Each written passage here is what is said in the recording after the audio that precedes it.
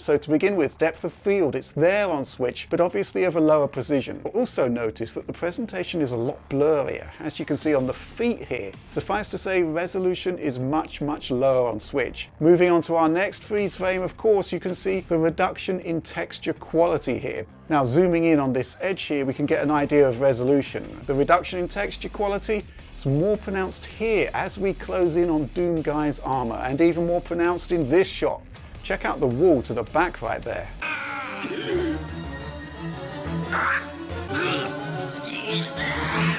Aw, you gotta be fucking kidding me.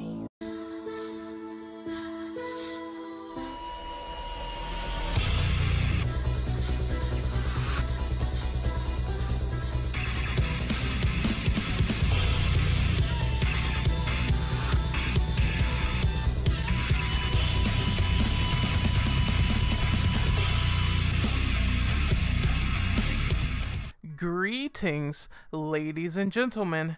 My name is Renegade Operative. I am your host tonight, and welcome to my opinion piece centered on the one, the only Nintendo Switch. Now, I know people are thinking, why am I so hasty with talking about this console, considering the fact that I thought Nintendo was destined for failure with this announcement of their console?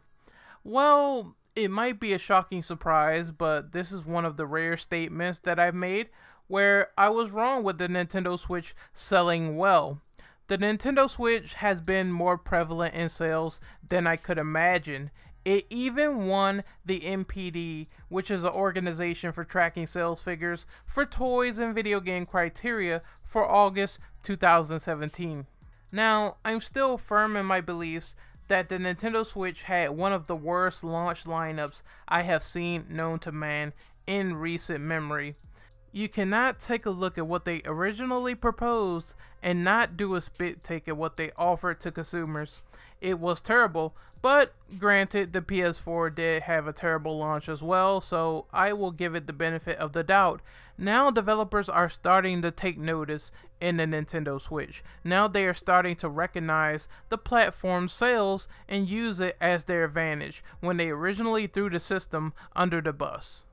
At first, we were given an arbitrary reason for third-party Nintendo Switch titles not being on the system. Most third-party supporters started to get loose lips, confirming the obvious that the Nintendo Switch was still a relatively weak system when compared to the PS4 and Xbox One, obviously.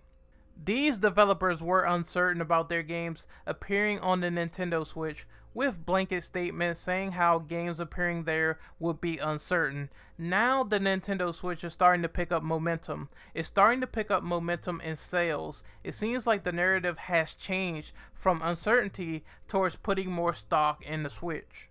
We all know that money makes a hell of a lot of difference when it comes to a company, and I think the only reason why more companies are putting more faith into the Switch is due to its newfound popularity with selling well.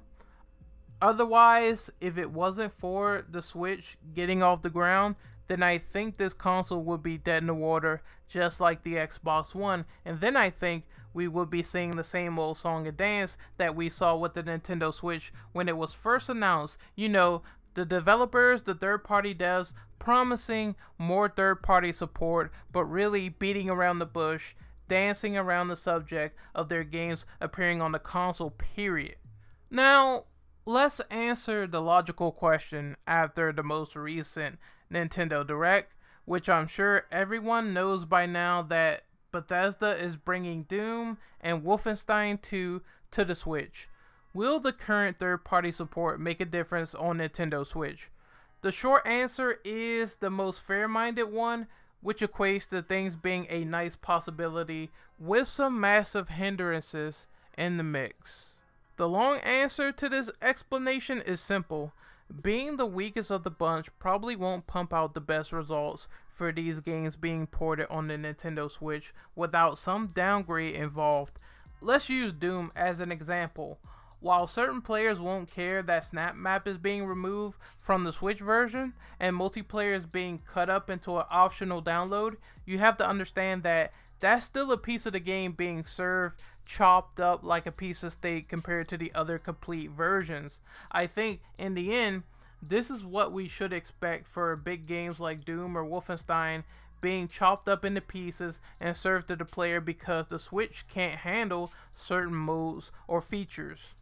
The widest gap of optimizing your game for a certain platform is probably the best on PC, and then the PS4 and Xbox One versions is probably the best versions that you're probably going to get compared to the Nintendo Switch on console. It just runs better, it can take more space, it does more things, and I think the Switch is obviously lacking on the hardware department.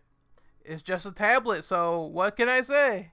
You're going to take your freaking components and you're going to like it. Wolfenstein 2, the new Colossus, looks graphically phenomenal on other platforms, and I can see why this game got delayed into next year for the Nintendo Switch. It's a lot of work to be done, and what you see is what you get, and you'll probably get a 720p 30 FPS experience akin to Skyrim on the Nintendo Switch, a 7-year-old game, mind you. I think I would stake my heart and soul into that premise that what we're getting is some bastardized ports for this platform, which ultimately deserves as much criticism as a bad PC port, for example.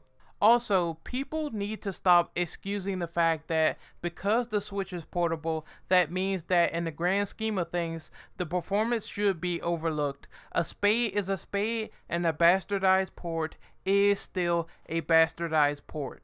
I'm going to be completely realistic. I'm going to be completely honest in the fact that I don't think Nintendo will be able to run everything that third party can provide due to those hardware limitations like we all suspect.